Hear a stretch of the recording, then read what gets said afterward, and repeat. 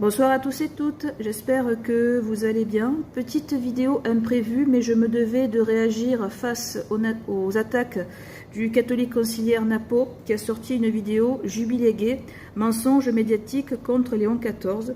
Et celui-ci, malheureusement, se permet d'attaquer, comme toujours, les sédévacantistes en nous traitant de protestants.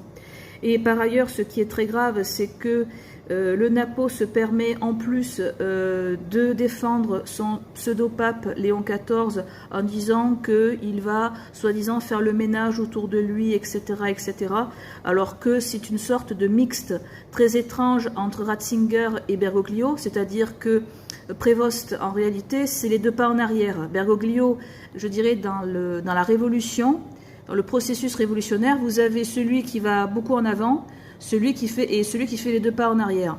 Et de toute évidence, M. Prévost fait les deux pas en arrière, mais néanmoins, cela reste la même matrice révolutionnaire. Donc en réalité, lorsque le Napo dit que nous sommes les ennemis de l'Église catholique, il aurait plutôt fallu dire les ennemis de l'Église conciliaire, car évidemment, l'Église conciliaire, ce n'est pas l'Église catholique, et l'Église catholique, je le rappelle, n'aurait jamais promulgué un texte Fiducia Supplicans qui bénit les unions homosexuelles.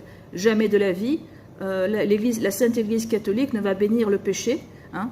Et de plus, le Napo se permet en plus de dire que son prévost à lui, eh bien, il n'aurait pas de sympathie pour la cause LGBT, alors que justement, là je suis sur la croix. Alors, le Napo dit que c'est un torchon gauchiste, je vais bien le croire, mais est-ce que les informations que relate la croix sont véridiques? Parce que là, Martin, dont malheureusement le Napo ne parle pas dans sa vidéo, en tout cas celle dont je vous ai montré la couverture, eh bien sachez que par contre, si les pèlerins n'ont pas été reçus, selon lui, par contre le père James Martin a été reçu, et on sait justement son idéologie pro-LGBT, donc en réalité, et de plus, selon les propos de James Martin relatés dans l'article de la Croix, c'est très clair.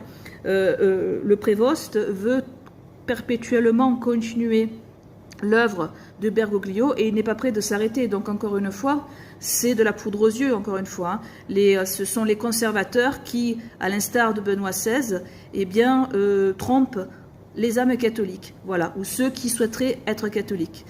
Voilà, ben écoutez, je vous remercie de votre écoute et je vous retrouve pour de prochaines vidéos. Soyez bénis, au revoir.